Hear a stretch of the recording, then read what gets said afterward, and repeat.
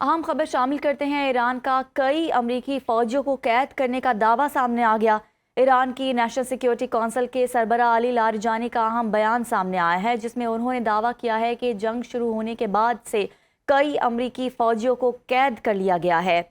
اور اس کے ساتھ ساتھ یہ بھی بتاتے چلیں کہ کئی امریکی فوجیوں کو قید کر لیا گیا ہے۔ گرفتاریاں گزشتہ ایک ہفتے کے دوران جاری جھڑپوں کے بعد عمل میں لائی گئی ہیں، اور گرفتاری امریکی فوجیوں کی تعداد جو ہے وہ مقام اور دیگر چیزیں وہ ظاہر نہیں کی گئی ہیں۔ دوسری جانب سینٹ کاف نے ایران کے دعوے کی تردید کر دی۔ ترجمان کے مطابق ایران کے خلاف جنگ میں کوئی امریکی فوجی نہیں پکڑا گیا۔ ایران پروپیگنڈا اور دھوکے سے کام لے رہا ہے۔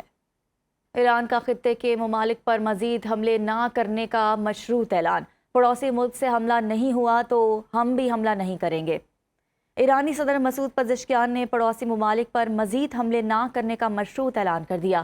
کہا کہ عبوری لیڈرشپ کونسل نے پڑوسی ممالک پر حملے نہ کرنے کی منظوری دی ہے۔ ایرانی صدر نے کہا کہ کمانڈر نہ ہونے پر ایرانی فوج نے حملوں کے حوالے سے خود فیصلے کیے۔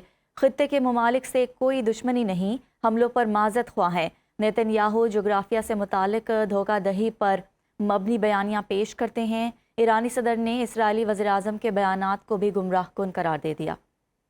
متحدہ عرب امارات حالت جنگ میں ہے، UAE آسان شکار نہیں۔ اماراتی صدر کا ایران اسرائیل جنگ کے بعد عوامی سطح پر پہلا بیان سامنے آ گیا۔ شیخ محمد بن زید ال نہیان نے ابوظہبی کے اسپتال میں جنگ کے دوران زخمی ہونے والے افراد کی عیادت کے موقع پر اماراتی ٹی وی سے گفتگو میں کہا کہ اپنے ملک اور عوام کے لیے فرض ادا کریں گے۔ دبئی سمیت متحدہ عرب امارات کی 7 ریاستوں میں موجود ہر شخص کی حفاظت کریں گے۔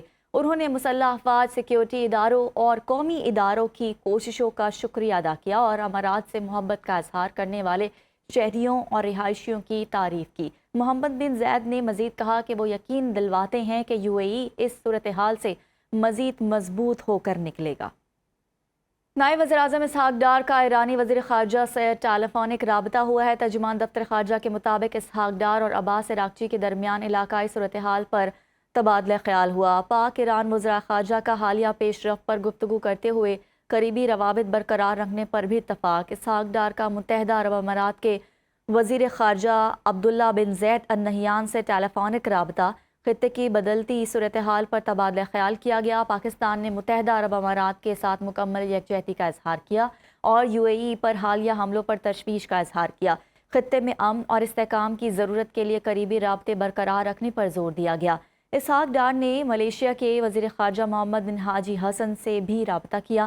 وزیر خارجہ نے علاقائی صورتحال پر تبادلہ خیال۔ ترجمان دفتر خارجہ کے مطابق پاک ملیشیا وزیر خارجہ نے امن اور استحکام کے لیے امید کا اظہار کیا۔